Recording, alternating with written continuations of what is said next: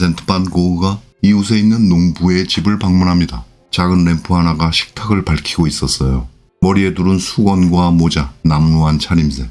5명 농부의 가족은 뜨거운 감자로 함께 저녁 식사를 하고 있었습니다.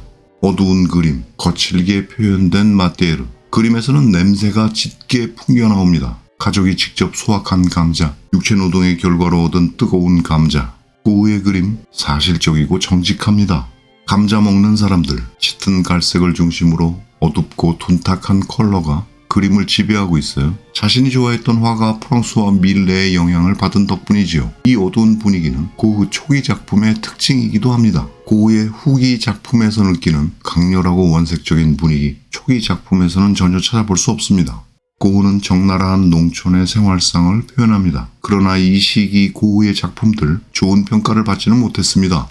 1885년 파리에서 연락이 오지요. 동생 태호는 형에게 전시할 만한 그림이 있는지를 물어봅니다. 고흐는 그림 감자 먹는 사람들과 농민들의 생활상을 그린 작품들을 보여줍니다. 그림은 모두 어둡고 탁했습니다. 인상주의 미술의 밝고 강렬한 스타일이 중심이었던 시절이죠. 고흐의 그림은 당연하게도 파리의 미술시장에 어울리는 그림이 아니었습니다. 어린 시절 고흐는 진지하고 조용한 소년이었지만 정신적으로는 불안정한 모습을 보이고는 했습니다. 빈센트 반 고흐는 1853년 네덜란드 노르트 브라반트 지방 교회의 목사인 테오도루스 반 고흐의 장남으로 태어납니다. 고흐의 미술에 대한 관심은 어린 시절부터 시작되지요. 그리고 고흐는 우울한 모습의 청년으로 성장을 합니다. 1869년 고흐는 헤이그에서 화랑을 운영하고 있는 삼촌을 도와서 일을 시작합니다. 삼촌의 구필 화랑에서 일하던 시기 고흐는 다양한 미술 작품들을 접하게 되고 여러 화가들에게 매료되기도 하지요. 어느 날 하숙집 딸과의 사랑에 실패한 고흐가 극심한 좌절감으로 화랑을 떠나게 됩니다. 다른 길을 찾습니다. 고흐는 종교에 심취하게 되면서 목사가 되기 위한 공부를 시작하려고 했어요. 그런데 신학대학에 낙방을 합니다. 고흐는 목사의 뜻을 이루지 못하고 벨기에 남부 탄광촌에서 무급 전도사로 시간을 보냅니다. 1879년 고흐는 벨기에 보리나주의 탄광지역에서 선교사 직책을 맡고 있었어요. 자신의 숙소를 노숙자에게 양보하기도 하고 자신의 옷을 나누어주고 정작 자신은 작은 오두막의 집더미에서 잠을 자고는 했습니다. 그리고 고흐의 설교는 극단적이었습니다. 교회는 고흐에게 선교사로서 적합하지 않은 행동이다. 선교의 존엄성을 훼손한다는 이유로 고흐의 전도사직을 박탈합니다. 고흐는 절망했고 외로워했으며 건강은 나빠지기 시작합니다. 바로 이 무렵 고흐가 진지하게 그림을 그리기 시작합니다. 종교에 쏟으려고 했던 자신의 열정이, 열망이 그림에 투사되기 시작합니다. 30살의 나이, 고흐의 초기 작품에서 찾을 수 있는 분위기는 청교도적 열정과 함께 시골에서 성장하며 내면에 담겨있던 서민의 이야기, 노동의 표현이었습니다. 고흐가 가난한 농민들의 모습을 그린 바르비종의 사실주의 화가 프랑스와 밀레의 그림에 열광했던 이유가 고흐의 젊은 시절을 살피다 보면 자연스러워 보이지요. 빈센트 반 고흐의 삶에서 동생 테오는 영혼의 동반자입니다. 동생 테오를 빠뜨리고 고흐의 작품과 삶을 설명할 수 없습니다. 두 사람 오랫동안 편지를 주고받았지요. 고흐가 동생 테오에게 보낸 편지가 600통이 넘고 테오가 고흐에게 보낸 편지 약 40통이 전해집니다. 길지는 않았지만 평생을 통한 형제의 사랑과 우정. 빈센트 반 고흐라는 화가의 예술세계와 배경에 대해 알려져 있는 대부분의 내용은 1872년부터 1890년까지 그 둘이 주고받은 수백여 통 편지의 기록입니다. 빈센트 반 고흐의 동생 테오 반 고흐는 현대미술의 중심 파리에서 영향력 있는 사람들과 교류하는 큐레이터, 미술상이었으며 평생 고흐에게 정서적으로, 재정적으로 지원을 아끼지 않았습니다. 1885년 네덜란드 북부 브라반트에 자리를 잡은 고흐는 2년에 가까운 시간 200여 점에 달하는 작품을 완성합니다. 이때 중요한 고흐 초기 작품 중에 하나, 감자 먹는 사람들이 그려집니다. 빈곤한 삶과 미래에 대한 두려움, 육체적으로도 고통을 안고 살던 고흐였습니다. 파리에 있는 테오가 고흐에게 파리로 오라는 권유를 합니다. 파리에 와서 인상파 화가들의 경향을 보면서 그림을 그리는 것이 어떻겠는가, 형을 위한 긍정적인 제안이었어요. 1886년 고흐는 인상파의 중심 파리에 도착을 합니다. 이 무렵에 작업한 고흐의 자화상이 하나 있습니다. 파이프를 분 자화상이라는 타이틀의 그림, 자신의 감정이 잘 드러나고 있죠. 파리에서 렘브란트의 자화상을 접하게 된 고흐가 큰 영향을 받았으리라고 생각합니다. 어쩌면 위대한 화가 렘브란트처럼 자신의 감정과 고통, 자신의 이야기를 들려주고 싶었을 것입니다. 고흐는 1885년부터 1889년까지 43점이 넘는 자화상을 그렸습니다. 대부분의 고흐의 자화상은 초기 파리에서 그려진 것과 비슷한 구성이지요. 고흐에게 자화상이 많은 이유, 렘브란트 자화상의 영향도 컸을 것이고요. 사람들과 잘 어울리지 못하는 고흐의 성격도 있지요. 거기에 더 중요한 이유, 모델을 구하기에는 경제적으로 어려웠습니다. 고흐의 자화상은 죽기 직전 마지막 순간까지 계속됩니다. 회색 펠트 모자를 쓴 자화상입니다. 물감의 묵직한 터치가 작품을 가로지르고 후광처럼 바깥쪽으로 퍼져나갑니다. 고흐의 가장 유명한 자화상 중에 하나예요. 살아있는 리드미컬한 분놀림, 신인상주의 미술 경향이 강하게 느껴집니다. 그림에서 느껴지는 고흐의 정신적, 육체적 상태, 단정하지 않은 모습이지요. 면도를 하지 않은 수염, 움푹 들어간 눈, 또 약해 보이는 턱. 고흐의 자화상에서 머리카락은 붉은색이기도 하고 가끔은 회색으로 묘사되기도 하지요. 고흐는 몽마르트르에 있는 페오의 아파트에서 살게 됩니다. 파리의 전위적인 예술 분위기에 영향을 받고요. 특히 인상주의, 신인상주의 화가들로부터 큰 영향을 받게 되지요. 고흐는 에밀 베르나르와 툴루즈 로트렉, 까미유 피사로, 폴 고갱 등의 뛰어난 예술가들과 친구가 됐습니다. 그리고 이 시기에 접하게 되는 폴 세잔, 폴 시니악, 조르주 수에라의 작품들이 이후 고흐의 스타일에 커다란 영향을 주게 됩니다. 화방의 주인이었던 탕기를 그린 그림 탕기 영감의 초상에서는 일본의 목파나 우키요에에 대한 관심이 많았음을 알 수 있습니다. 우키요의 판화에서 보이는 평면적이고 명쾌한 스타일의 영향, 이후에 나타나는 고흐의 작품에서도 확연하게 느껴집니다. 어두운 그림을 그리던 빈센트 반 고흐, 인상파에 눈부신 빛과 컬러를 접한 고흐의 그림은 조금씩 변해갑니다. 하지만 이 시기의 그림들도 우리가 알고 있는 고흐의 강렬한 스타일은 아니지요. 파리에서의 고흐의 그림 여전히 우울합니다. 예술가 친구들과의 관계도 그리 편하지 않았습니다. 워낙에 괴팍한 성격을 가진 고흐였어요. 지나치게 극단적이거나 감정적인 모습이 이어지면서 친하게 지내려고 노력했던 에밀 베르나르, 로트렉을 비롯한 동료 화가들이 점점 고흐를 피하게 되지요. 괴팍하기 짝이 없는 빈센트 반 고흐, 동생 테오와도 갈등이 생겨납니다. 동생 테오는 비좁은 자신의 아파트에서 형과 함께 생활하는 것이 견딜 수 없는 일임을 깨닫습니다. 2년여의 시간, 파리에서 고흐는 200점이 넘는 작품을 완성했어요. 1888년 2월, 파리 생활에 지친 고흐가 파리를 떠납니다. 동생 테오에게 말도 없이 고흐는 남쪽으로 향하는 기차를 탔습니다. 목적지도 뚜렷하지 않았습니다. 기차가 16시간을 달려서 새벽녘 고흐는 작은 역에 내립니다. 남프랑스 프로방스의 시골 마을 아르르였습니다. 고흐가 아르르에 왔습니다.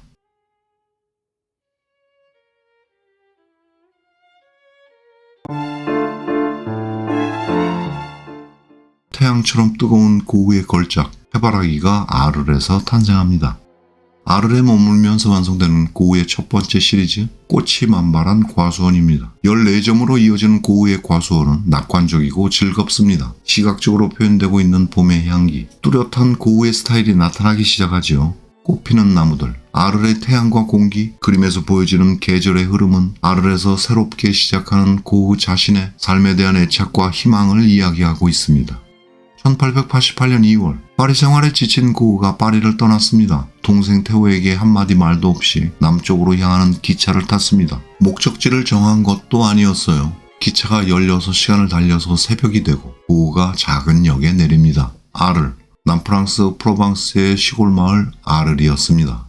아르르는 사시사철 따뜻했으며 선명한 자연의 컬러를 가진 마을이었어요. 푸른 하늘과 짙은 초록의 사이프러스 나무, 보라색의 라벤더, 네덜란드에서 태어났고 어두운 탄광촌에서 살았던 경험을 가진 고흐에게 이 프로방스의 아르르는 아름답고 눈부신 세상이었습니다. 아르르에 도착한 고흐는 이곳의 화가들의 공동체를 만들겠다는 꿈을 꾸기 시작하지요. 고흐는 노란 집에 있는 방을 구합니다. 사람이 살지도 않던 방이었습니다.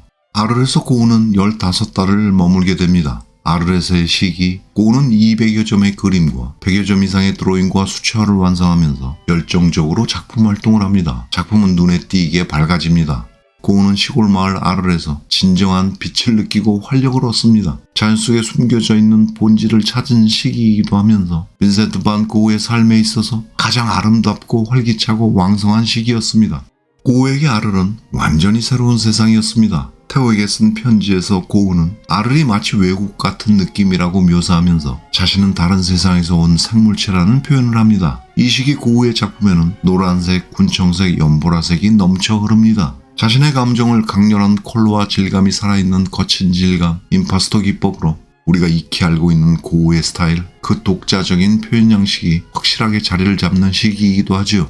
아를 포럼 광장의 카페 테라스, 고우의 주관적인 감정이 강렬한 임파스터 기법의 질감으로 표현된 아름다운 작품이지요. 아를 포럼 광장에 자리하고 있는 야외 카페의 밤 풍경을 그렸습니다. 이 무렵 고우의 그림에는 밤의 풍경이 많아집니다. 고우는 태호에게 쓴 편지에서 이 그림을 이야기합니다. 푸른 밤 카페 테라스에 커다란 가스등이 불을 밝히고 있어 그 위로는 별이 빛나는 푸른 하늘이 보인다네. 검은색을 사용하지 않고 아름다운 파란색과 보라색, 초록색만으로 그림을 그렸어. 빛나는 광장은 밝은 노란색으로 그렸어. 특히 이 밤하늘에 별을 찍어놓는 순간이 정말 행복했다네. 이제 노란색은 고우에게 있어서 희망의 색이며 생명을 상징하게 됩니다. 고우는 자신의 감정이나 대상의 아름다움을 직접적으로 전달합니다. 눈앞에 있는 것에 대한 재현이 아니라 자신의 감정 표현을 위해서 주관적인 컬러를 등장시키지요. 검은색을 사용하지 않는 밤 풍경, 레몬색에 가까운 노란색 카페 차양, 테라스 가스 등에서 나오는 황금색 불빛이 주변을 노랗게 물들이고 바닥을 따라 늘어진 카페는 푸른색으로, 이렇게 짙은 파란색과 노란색의 강렬한 보색 대비, 고우 자신의 감정을 이야기하는 것이지요. 원근법에 얽매이지도 않고 형태를 과장하거나 축소하기도 합니다. 2차원적인 방식도 거침없이 드러나지요. 고우는 독자적이며 격정적인 내면 세계를 보여주는 새로운 규칙을 찾습니다. 고우가 즐겨 찾던 카페였던 드라가르의 실내를 그린 아르의 밤의 카페가 이 시기에 완성이 됩니다. 같은 시기의 작품 중 하나, 론강의 별이 빛나는 밤, 론강 위로 빛나고 있는 커다란 북두칠성이 보입니다. 노랗게 빛나는 별들, 노란 불빛이 강물을 따라 꼬리를 물고 있어요. 지상의 세계와 천상의 세계가 하나가 되는 어울림이지요. 1888년 10월 고우에게 큰 변화가 생겨요. 후기 인상주의 화가 폴 고갱이 고우의 노란집으로 이사를 오게 되지요. 현실과 상상의 세계를 하나로 표현하는 종합주의로 알려진 화가 폴 고갱. 고우는 고갱이 오기를 간절히 바라고 있었지요. 아르에서 예술가 공동체를 만들고 싶어 했던 고우였어요. 서로 우정을 쌓아가면서 예술가 공동체에 대한 자신의 꿈이 실현되기를 바라고 있었던 것입니다. 이미 고우는 친구라고 생각하는 파리의 동료 화가들에게 편지를 보내고 이 공동체 제안을 했었지만 아무도 답장을 하지 않았습니다. 유일하게 대답을 했던 화가 폴 고갱이었던 것입니다. 사실 이 과정에서도 동생 태호가 형 모르게 고갱에게 재정적 지원을 약속하면서 고우가 있는 아를로 가주기를 부탁한 것이었지요. 고갱을 기다리고 있는 고흐, 불멸의 걸작 해바라기가 탄생합니다. 고우는 4점의 해바라기를 완성시키면서 고갱의 알을 도착을 준비했습니다. 원래 고우가 그렸던 첫 번째 해바라기는 1887년 파리에서의 해바라기였습니다. 땅에 누워있는 해바라기였지요. 그 해바라기는 시들어가고 있었습니다. 고갱이 보고 칭찬을 했었던 그림이에요. 그 기억을 떠올렸던 것입니다. 그리고 노란집으로 오는 고갱을 위해서 해줄 것이라고는 자신의 커다란 해바라기 그림 말고는 아무것도 없었습니다. 노란색 해바라기, 꽃도 꽃병도 테이블도 배경도 모두 노란색입니다. 동료 예술가가 온다는 기쁨, 기대감, 고우가 그린 눈부신 태양빛입니다. 고우의 그림에는 꽃이 많이 등장하지요. 해바라기, 장미, 라일락, 붓꽃. 그 중에서도 가장 사랑받는 작품은 역시 해바라기입니다. 여러 개의 작품이 남아 있습니다. 우리들에게 친숙한 화병에 담긴 해바라기 그림들은 모두 아르에서 완성한 그림들입니다. 이른 아침의 햇살, 화병에 담긴 해바라기 꽃다발이지요. 두터운 마테르가 살아있는 고우의 해바라기. 고갱을 위해 자신의 해바라기 작품으로 노란집을 장식했고 자신의 작업 스타일을 보여주기도 한 것이지요. 이를 본 고갱도 고우의 해바라기에 깊은 인상을 받습니다. 아마도 이 시기가 고우의 삶을 통틀어 가장 희망적이었으며 가장 낙관적인 시간이 아니었을까 생각이 됩니다. 태호에게 쓴 편지 내용이 정확하게 작품을 이야기합니다. 12개 정도의 해바라기가 완성될 것이네. 모든 작업은 파란색과 노란색의 교향곡이 될 거야. 요즘 아침부터 해가 떠 있는 시간 내내 이 작업을 하고 있어. 왜냐하면 해바라기는 너무 빨리 시들어버리고 나는 해바라기가 시들기 전에 작업을 끝내야 하기 때문이지. 빈센트 반 고흐의 해바라기, 병약한 의미의 노란색과 노란집과의 상징적인 연결고리, 표현주의 미술을 연상시키는 강렬한 질감과 컬러. 해바라기는 화가 고흐의 정체성입니다. 반 고흐의 의자와 고갱의 의자도 이 시기에 완성이 됩니다. 고우가 그린 룰랭의 초상화, 아르에서 친구처럼 지내던 우편 감독관 룰랭입니다. 룰랭은 고갱을 위해서 침대 2개를 구입하라고 권유했지요.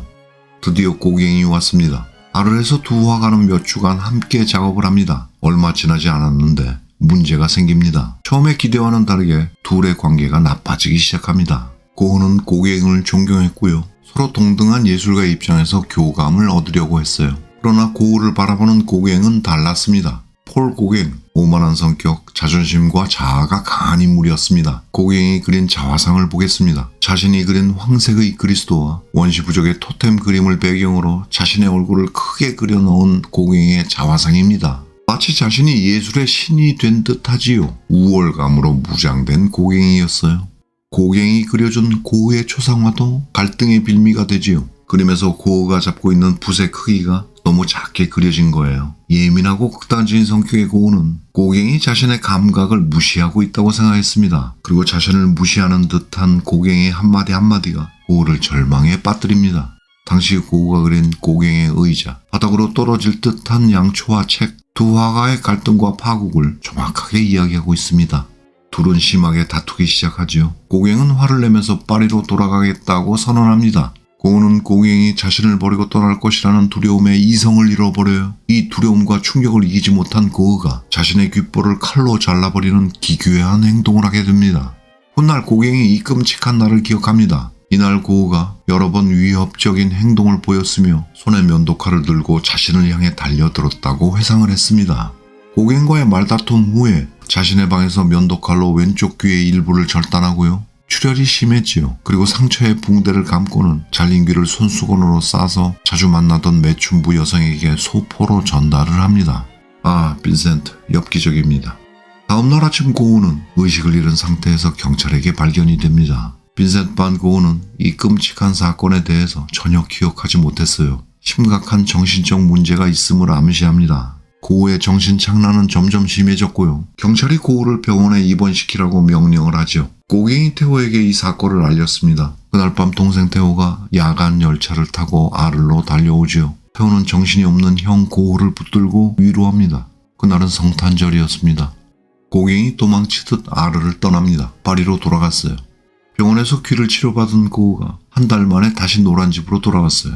마을 사람들은 고우를 위험인물로 보기 시작합니다. 자신의 귀를 자르고 손수건으로 싸서 보낸 엽기적인 행동, 사람들의 두려움도 이해가 가는 대목이지요. 마을 사람들은 고우를 빨강머리의 미치광이라고 불렀습니다. 마을 사람들은 경찰서에 청원서를 제출합니다. 고우를 마을에서 내보내고 격리시켜달라는 청원서였습니다. 기록에 의하면 아르에서 자신을 믿고 친하게 지냈던 인물들, 고우가 친구로 여기며 지냈던 진우 부인과 우편 감독관 조셉 룰랭마저도 고우를 쫓아내달라는 청원서에 서명했다는 사실을 알고 고우가 심각한 충격을 받았다고 하지요.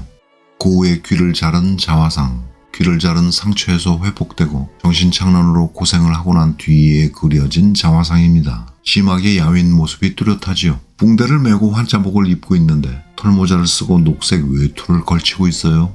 나 이제 괜찮아. 다시 그림을 그릴 수 있어 라고 얘기하는 듯합니다. 그래도 표정에서 나오는 불안감은 여전합니다. 1889년 5월 고우는 동생 태호의 권유를 따릅니다. 아르의 노란 집에서 떠나 근처에 있는 생레미 정신병원에 자진해서 입원합니다. 고우는 생레미 정신병원에서 1년을 머물면서 치료를 받습니다. 작품 활동은 멈추지 않았습니다. 그리고 고우는 이 정신병원에서 미술사에 영원히 기록될 걸작을 탄생시킵니다.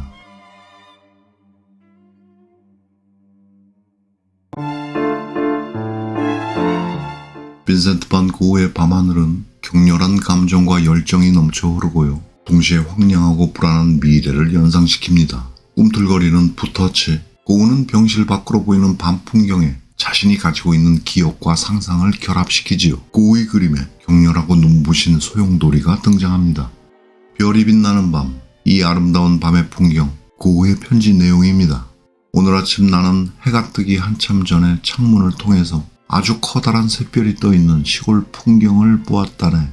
그랬습니다. 샛별, 왼쪽에 있는 커다란 흰 별입니다. 그림의 아래에서 위쪽으로 이글거리며 뻗어있는 사이프러스 나무들, 왼쪽으로는 산기슭의 마을과 교회가 보입니다. 짙 푸른색의 새벽 하늘, 오른쪽 후광으로 빛나는 노란색 초승달이 떠있네요. 별들은 소용돌이 치는 빛으로 둘러싸여 있고요. 그림을 가로지르는 은하수의 소용돌이는 더욱 강렬합니다. 고우의 밤하늘에서는 별빛과 달빛이 폭발하고 있습니다. 황홀경의 순간입니다.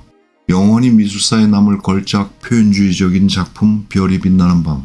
여전히 고우에게 밤하늘은 무한한 상상력을 발휘하는 테마였습니다. 이전에 만들어진 작품들 아를 밤의 카페 테라스나 론강의 별이 빛나는 밤에서도 크고 작은 별들이 소용돌이 치며 파도처럼 흘러가고 있었습니다. 고우가 말했습니다. 별을 보는 것은 언제나 나를 꿈꾸게 한다. 격렬한 그림 속에서 보여주는 자신의 감정 덩어리, 고우의 붓터치는 더욱 두꺼워지고 더욱 열정적으로 변합니다. 고우는 생래미 정신병원에서 1년간 치료를 받습니다. 병원에서도 작품 활동을 멈추지 않았어요. 병원 밖으로의 출입은 제한되어 있었습니다. 감독들의 감시하에 짧은 산책이 허용되는 정도였습니다. 병원에서의 기간 많은 작품을 완성시킵니다. 고우는 마치 자연을 의로하는 것처럼 울퉁불퉁하며 뒤틀려 있는 형상으로 나무를 표현하고는 합니다. 고우는 나무들을 통해서 자연이 보여주는 꿈틀대는 에너지를 그렸습니다.